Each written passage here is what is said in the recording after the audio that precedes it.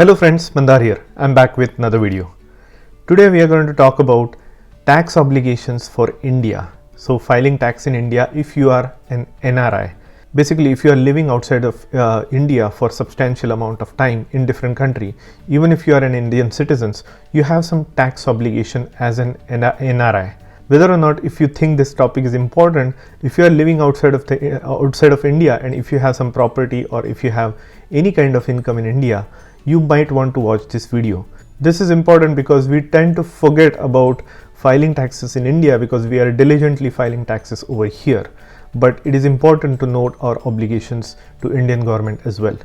So if you are interested in this topic, watch this video until the end and let's get started.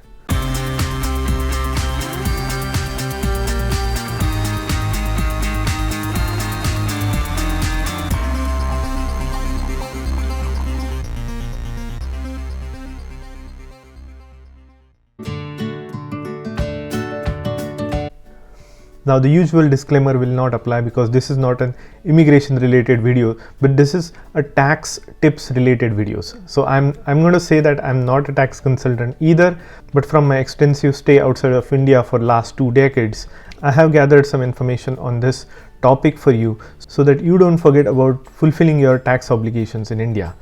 A lot of people migrate to different countries from India for whatever reasons, for study or even for work or to settle permanently. Now we always try to fulfill the tax obligations in the country of the destination. So if you are in the United States or Canada or Australia or UK or anywhere else, we diligently follow the tax codes, tax laws, and every year after year, we file our taxes diligently. We don't make a mistake because we know we are in a different country, and if we get caught in certain things or if we get audited, it's really a pain and a hassle.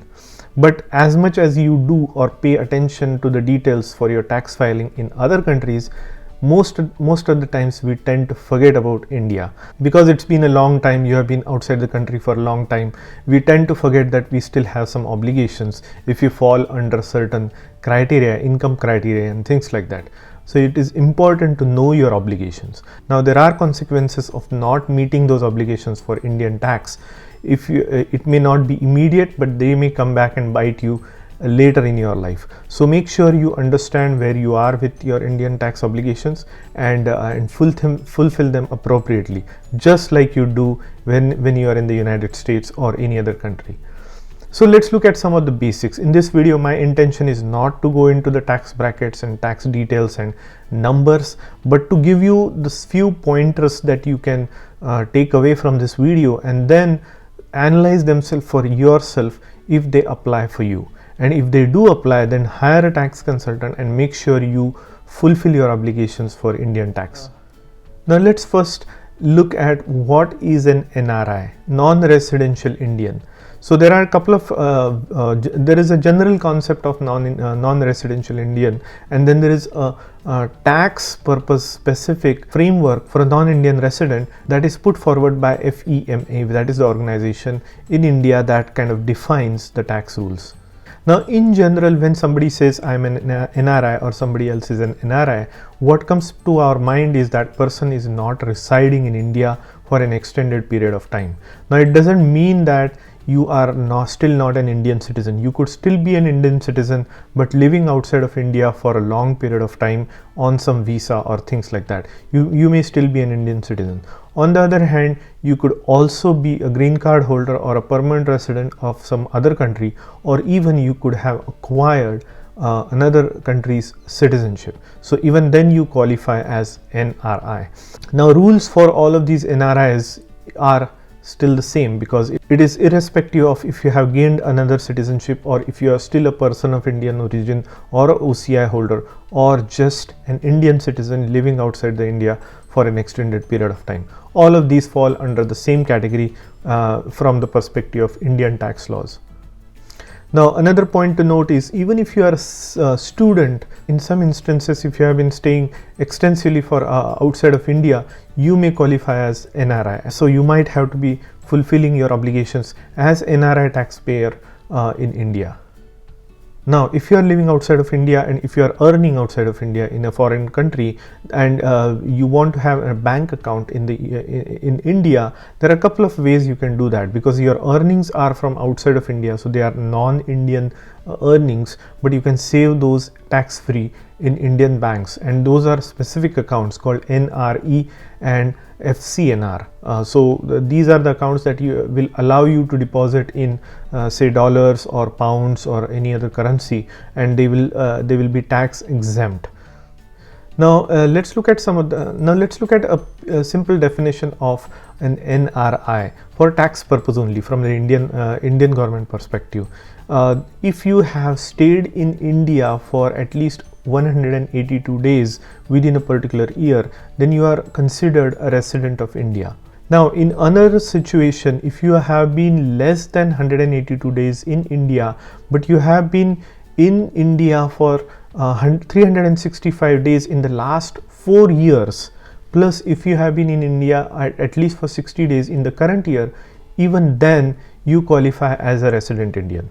Now, there were some amendments made for this definition if you are earning more than 15 lakhs in India, and let's look at that.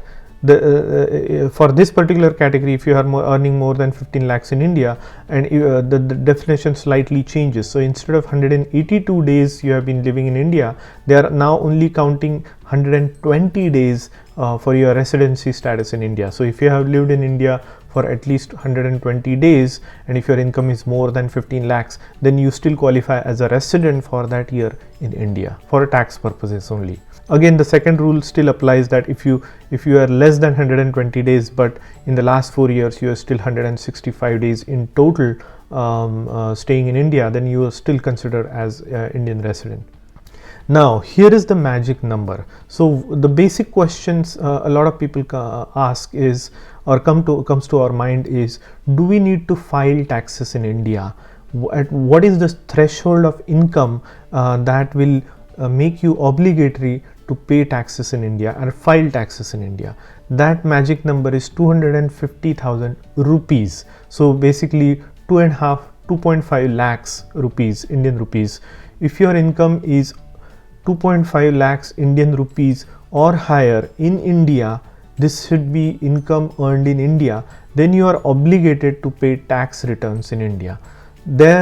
Anything below that, if the taxable income in India from the income earned in India is less than 2.5 lakhs, there is zero tax. So when there is zero tax, there is no obligation to file income tax. But if your income is equal to or greater than 2.5 lakhs in India, then you are obligated to file a tax return.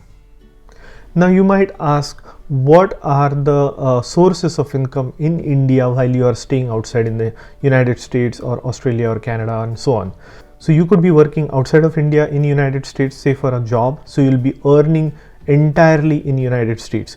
But typically, as it is typical with a lot of Indians, we usually have our ancestral homes that we have acquired, or we may have purchased a flat, or we may have purchased and commercial property as an investment in India, and now you are gaining some rental income or some capital gains on that particular property. Now these are all taxable incomes in India. So basically, if you have some property that is rented out and you are getting monthly rent, if you have a commercial property that gives you some rent, if you have a big investment that gives you dividends and profits, or if you sell your property in India, then there is a capital gain.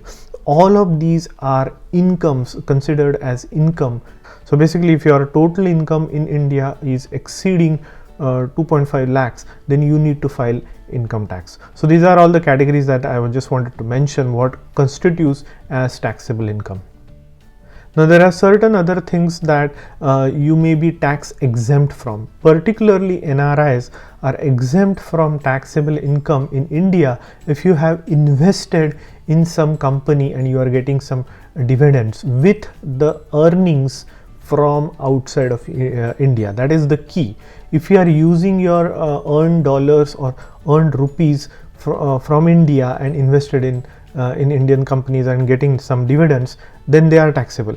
But if you have invested from your money earned from outside of India in Indian companies or Indian stocks and bonds, and you are getting any gains, then that income is not taxable. Basically, you can deduct that from your income. So there is a slight difference here, and you should consult an Indian tax consultant who knows about these NRI specific scenarios in your particular case. Now, some people also would say, okay, if we invest in PPF or national certificates or senior savings certificates or postal certificates, those sort of things, when we were in India, those were all tax exempt, remember. But so you might consider that it still applies for you for your income earned from outside of India.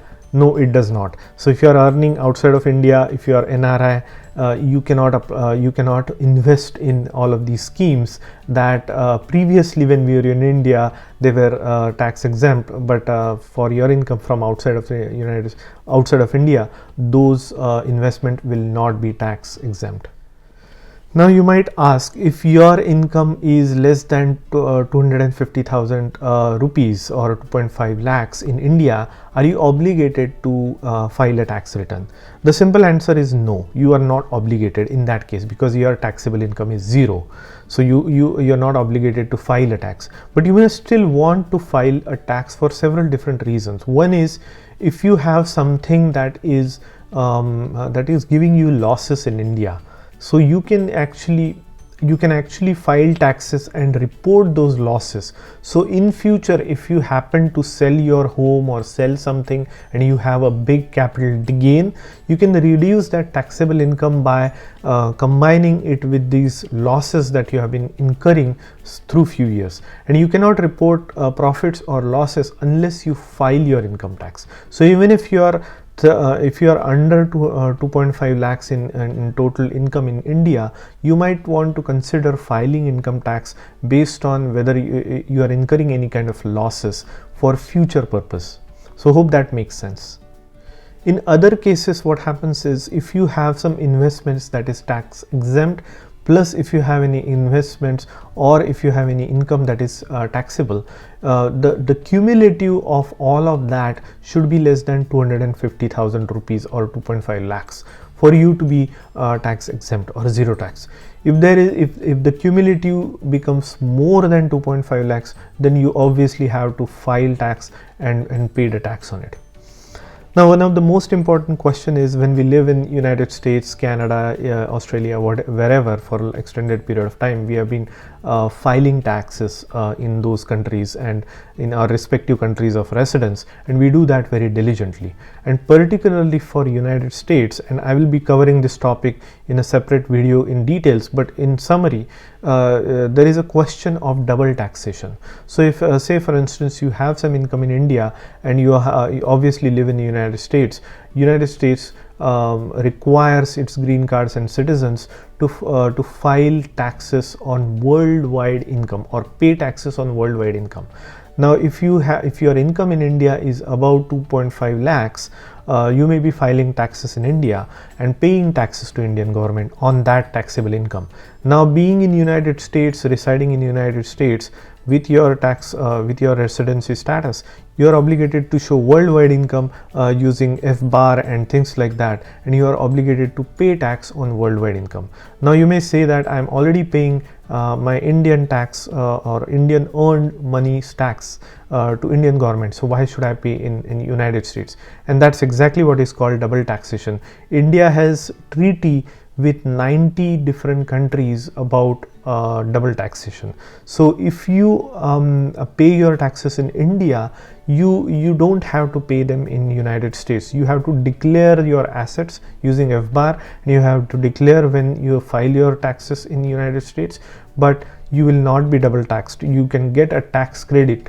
There are two ways. You can either file for exemption because you have already paid taxes in India, or you can, if you pay in both the countries, you can get a tax exemption in the country of your residence. So there are two ways to deal with that. Now, the rule of thumb is always pay the tax where it's earned. So if you have earned some money in India, you should pay your taxes to Indian government, not to US government. and if you earn in US, you should pay taxes to US government.